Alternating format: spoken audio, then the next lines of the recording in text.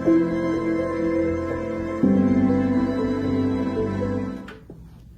everyone, it's Jess here, and today I'm in the office at Thrive Wellness Center, and I'm here with Dr. Shannon. She may be a familiar face. We share a lot about Thrive Wellness as we surely enjoy our partnership with them here. Today I'm here to talk all about women's health, and our first video today will be all about hormonal health, and I can't wait to dive right in. Awesome. So first let's talk about thyroid health and adrenals. Give us a little rundown on what they are, how they help our body function as women. So the thyroid gland is really the master hormonal gland. So it controls our metabolism. It has a role to play not only in hormone balance, but in digestion, brain health, circulation, blood pressure, all of the above. And then that organ, all the hormonal organs really, but that organ especially does communicate with all the other hormonal organs. So hormones are actually messengers. They're chemical messengers. So when we talk about hormones, a lot of people don't even know what those are really, but they're chemical messengers, and it's a way of those organs communicating to one another and communicating to other parts of your body. So for instance, the thyroid communicates with your stomach, it communicates with your brain, it communicates with the adrenals. So it controls a lot of different functions. One of the things, if someone has a thyroid problem, they would say they might feel tired or anxious, or have trouble sleeping, or sleep too much. Depression, insomnia is definitely part of it. Constipation is a very common side effect. Dry skin, sometimes they lose hair or even the outside edge of their eyebrows. That's a thyroid problem. Wow. Vision problems, skin problems, cycle problems, PMS, definitely. Any sort of premenstrual issue, infertility, or trouble carrying pregnancies. Those all come back to thyroid health. So heart palpitations, if their heart's beating, low blood pressure, high blood pressure, those are all potentially thyroid symptoms. It's a lot. Yeah. That's a lot. I've always known that it kind of encompasses this big area in our health, in our body, but I didn't know all the things. That's amazing. And then the thyroid communicates with the adrenals. The adrenals we have two of them. They sit on top of our kidneys. So they do control our kidney function a little bit. So urination symptoms like too much urination, frequent urination, or holding on to too much fluid, those can be adrenal symptoms. Intolerance to heat, low blood pressure, high blood pressure, anxiety, depression, fatigue. So the adrenals are our nerve response, like stress response organs. So they do produce adrenaline. That's why they're called the adrenals. But they produce other things like cortisol and some other hormones that control blood pressure and things like that. So the symptoms are varied if they're not doing quite well, but they're very sensitive to stress. So that can be stress like we think about it, or it can be stress like from temperature changes, right? So if somebody's intolerant to heat, that's a stress on their body. It shouldn't be. You should be able to go in and out of buildings and change temperature.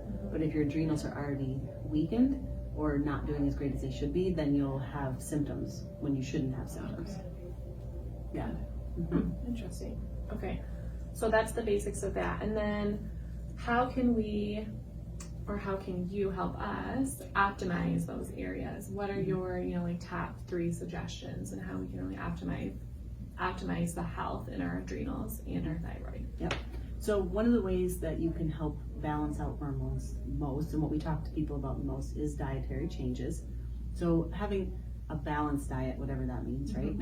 People think balanced diet. So vegetables are good for you. Protein and good quality fats are key. Those should make up the bulk of your diet. So avoiding processed foods, avoiding foods that have a lot of chemicals, a lot of sugar, a lot of refined carbohydrates are key. And I'll throw into that category refined fats. So the canola oils, vegetable oils, soybean oils, those are very damaging to our hormonal system because our hormones are actually made of cholesterol and good fat. Like those are really important for the health of our hormonal system. So if you're eating poor quality fats, or you're taking cholesterol lowering medication or avoiding cholesterol, that's going to damage your hormonal balance. Okay. So from a dietary standpoint, those are the main things. Okay. And then you have stress management, which I mean, yeah, everybody knows that they should do something to manage their stress. Right. The more stressed you are, the harder it is, Mm-hmm. especially if you're really tired, because that's the number one symptom I see in women, especially, is fatigue. And that might be because they're not sleeping well, or it might be because they have a lot on their plate and their hormonal system is just wacky and they can't quite get out of the gate, you know? Okay. But getting quality sleep, prioritizing sleep is very important. So trying to get into bed before 10, which is like difficult for most of us. You don't have to be asleep at 10, but at least winding down. Not being on your phone, after 8:30 or 9, so that light is not stimulating your brain to be awake. So like sleep hygiene, basically, right? Right. So winding down, reading a book instead of reading your phone, making sure that you're having, maybe some chamomile tea or some lavender oil, something to relax. Those are really important ways to Things we do for our kids. Yeah. Right? We should do for Yeah, we know ourselves, our too. kids Reading need to be their in bed at a books. certain time or else they melt down. Well, we do too. Yeah. Yes. We just have coffee in the morning to compensate for it, Yes, right. which, is probably not ideal. Yes. Yeah.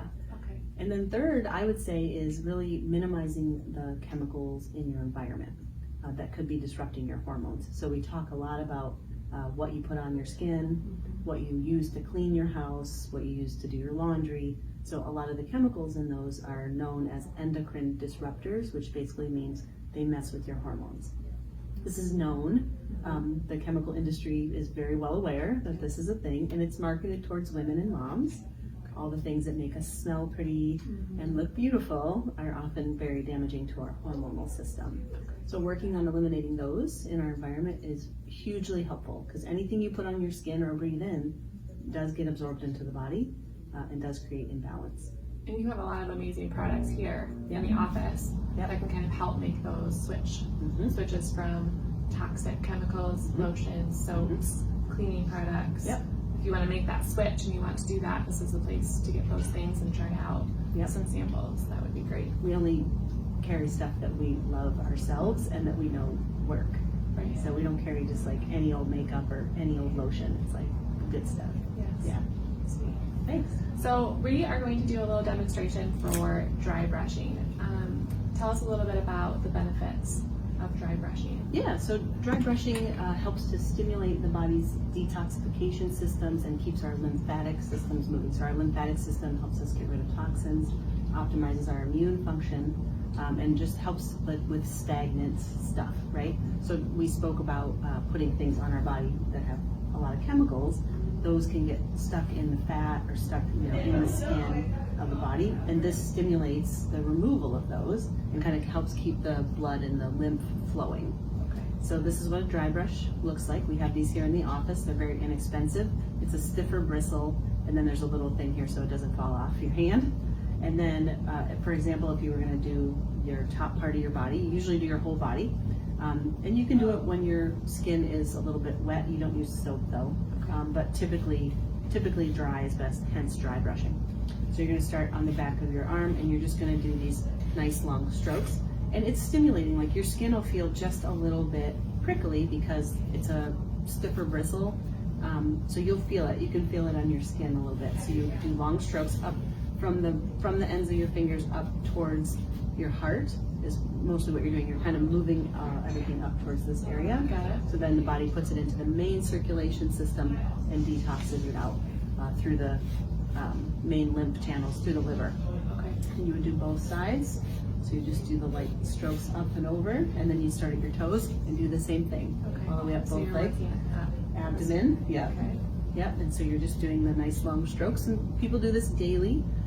I get great results at helping people. If you have any sort of swelling, water, fluid retention, skin issues, lymph drainage problems, a lot of people know that they have that, especially if they've had any sort of surgery that compromise, like breast surgery or things like that. This can be very helpful for that.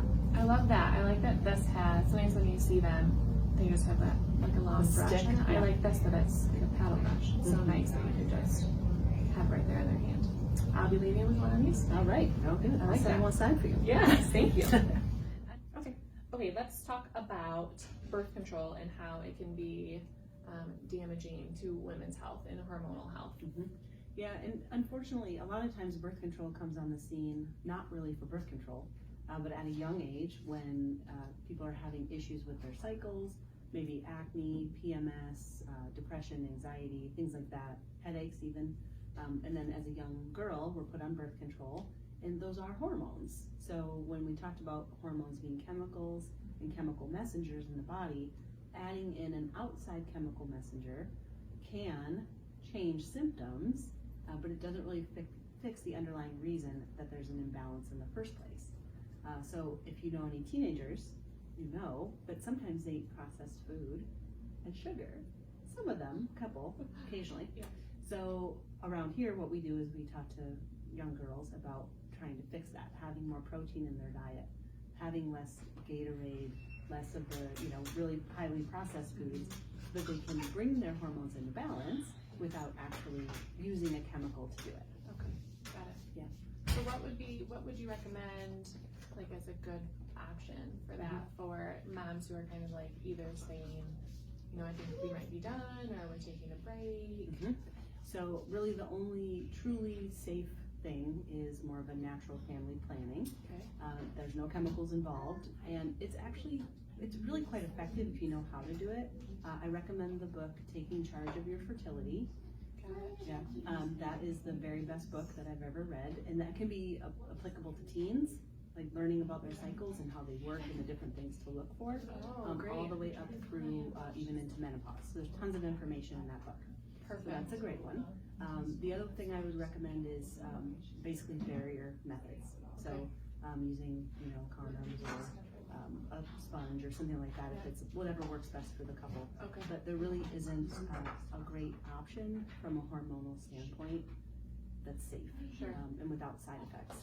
Sure. Even the copper IUDs, which technically aren't hormones, they do disrupt hormones, and we see copper toxicity and metal toxicity as a result, and they can cause scarring and damage. So I see a lot of trouble with them. Okay. Not a big fan. Okay, good to know.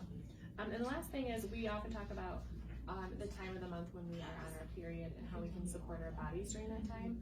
But how can we support our bodies as women through that whole cycle, right? Because that cycle is a full month. It's not just those 5-7 days during your period. Right. So how can we support our bodies during that entire month? Yeah, just kind of some of the same things we've talked about, right? So paying attention to getting enough movement, getting enough sleep, eating good quality foods, drinking enough water. The dry brushing is a great way to do that. So if you're balancing your hormones all month, what you really should experience and what we expect, so there's changes in the hormones regardless, and that's normal. That's how you ovulate, that's how you end up menstruating, that's how you get pregnant or not, with those hormonal changes. So those signs should be subtle, like there should be changes like what is talked about in that book, but it shouldn't be these huge ups and downs. So if you're on a roller coaster where half the month you feel like the wheels are coming off, that is a not optimal issue, not optimal situation. That is a sign that things are not balanced.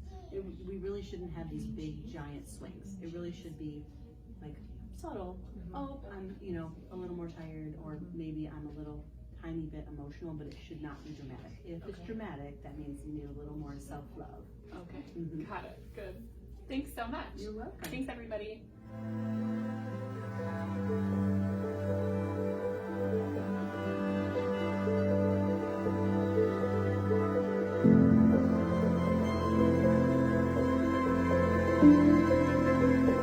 Thank you.